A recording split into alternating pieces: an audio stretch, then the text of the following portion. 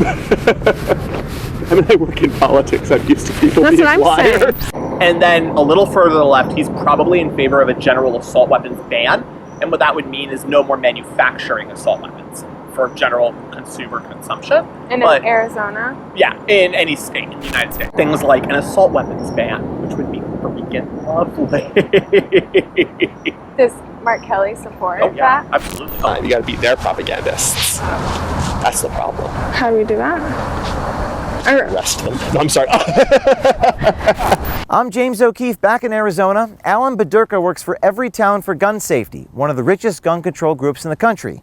Alan explains the great lengths to which Mark Kelly deceives the voters about his positions on guns. So does he just act like he's not in favor of them? He just doesn't make it a main focal point of his campaign. Whereas if he's, open about his opinions, but doesn't focus specifically on the ones that are less likely to change people's minds, there's a higher probability of him being able to enact the kind of legislation you're hoping to see get enacted.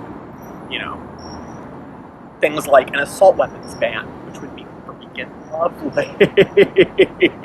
Does Mark Kelly support that? that? Absolutely. But, hopefully Mark Kelly will support more stringent gun regulation than, his very milquetoast proposals on his website would lead me to believe. Yes, exactly. Because they're pretty milquetoast. Yeah.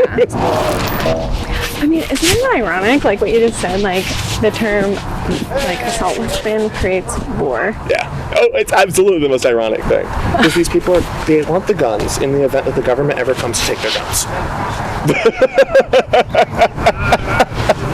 How else will they defend themselves from tyranny? Honestly, remember when we were talking about how Americans are so stupid? Can we just trick them? You can, but you got to remember that there are other people trying to trick them the opposite way at the same time. You got to beat their propagandists. That's the problem. How do we do that? Arrest them. No, I'm sorry. How does the campaign lobby communicate legally? Is there a specific platform that is... Press releases is the most common way to do it.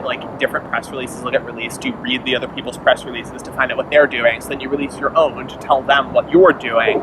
And they kind of read each other and they work that way. It's an imperfect system.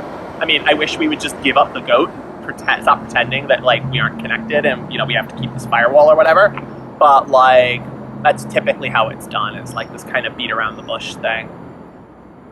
Well, as long as it's happening. And legal.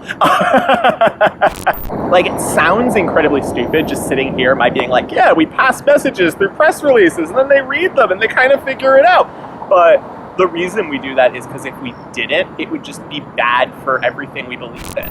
Coordinating with a gun control group in a campaign, that is not life and death. That is for the greater good. No, it is for the greater good, and it's not life and death. The problem is that if the NRA were to find out we were doing that, they would make hay out of it. They would take us to court, and they would tear us apart. And it's not that even necessarily we would lose, it's that the intractable legal battle that would unveil over it, they have a lot more money than we do. They have a lot more power than we do right now. So they would stomp us if we made a mistake like that, and it would put everything in jeopardy, which is why we're so careful not to coordinate. This is a key race. If Kelly wins, he would enter the Senate just after the election, giving the Democrats another vote on the Supreme Court consent process.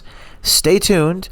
Be brave. Do something. Send us a tip to veritastips@protonmail.com.